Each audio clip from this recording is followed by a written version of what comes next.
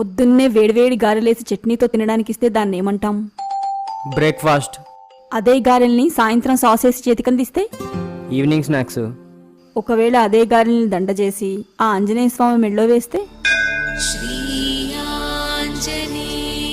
ప్రసాదం.